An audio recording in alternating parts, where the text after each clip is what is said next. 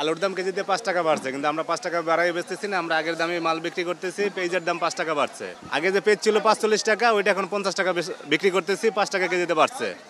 আলুতে বাড়ছে 5 টাকা। আমরা আগের দামে বেচতেছি, 20 টাকা করে বেচতেছি, কিন্তু বেশি দামে বেচতে, কিন্তু মার্কেটের জন্য আমরা সেটা বেচতে পারতেছি না। ব্রয়লার চলতেছে 200 টাকা।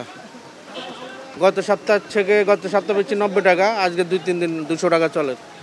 আর সোনালি হলো আপনার 300 টাকা, আর হাইব্রিড হলো 270-80 টাকা। না, হয়তো মাল সংকট আছে, এই কারণে দাম বাড়তে, সাইজের কারণে মালের দাম বাড়তে। অনেক সময় বড় পাওয়া যায় না, অনেক সময় ছোট পাওয়া যায়। দেখা গেছে ছোটটার দাম কম, বড়টার দাম বেশি। মাছ আগের থেকে কেজিতে 100 টাকা কমছে। গত সপ্তাহে সব মাছের দাম 100 টাকা করে কম।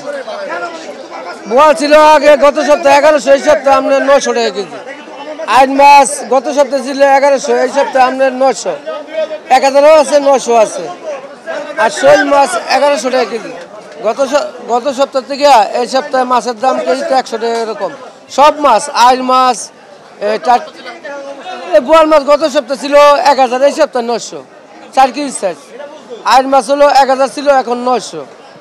আপনার কই মাছ বেশি গত সপ্তাহে 1200 টাকা কেজি, এই সপ্তাহে 1000 টাকা কেজি।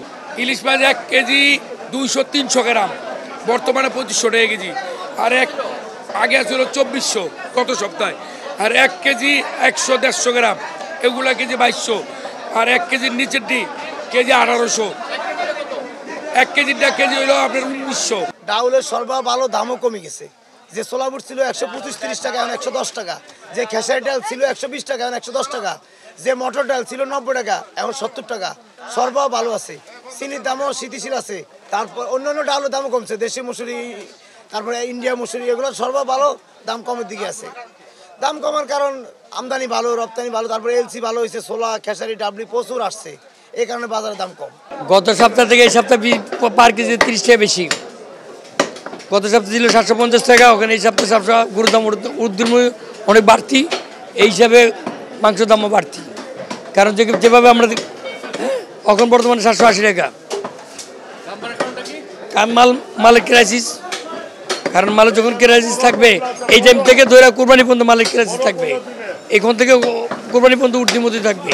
কত কার্টন কি আমরা মনে করেন 5 লিটার তেল তো ঠিক মতো পাইতেছি না। 5 লিটার দরকার, 10 কার্টন পাই 1 কার্টন, তাও মানে খুব কষ্টকর। তেলের তো চাহিদা আমাদের অনেক, আমাদের যেই চাহিদা অনুযায়ী মনে করেন আমরা 20% পাই না।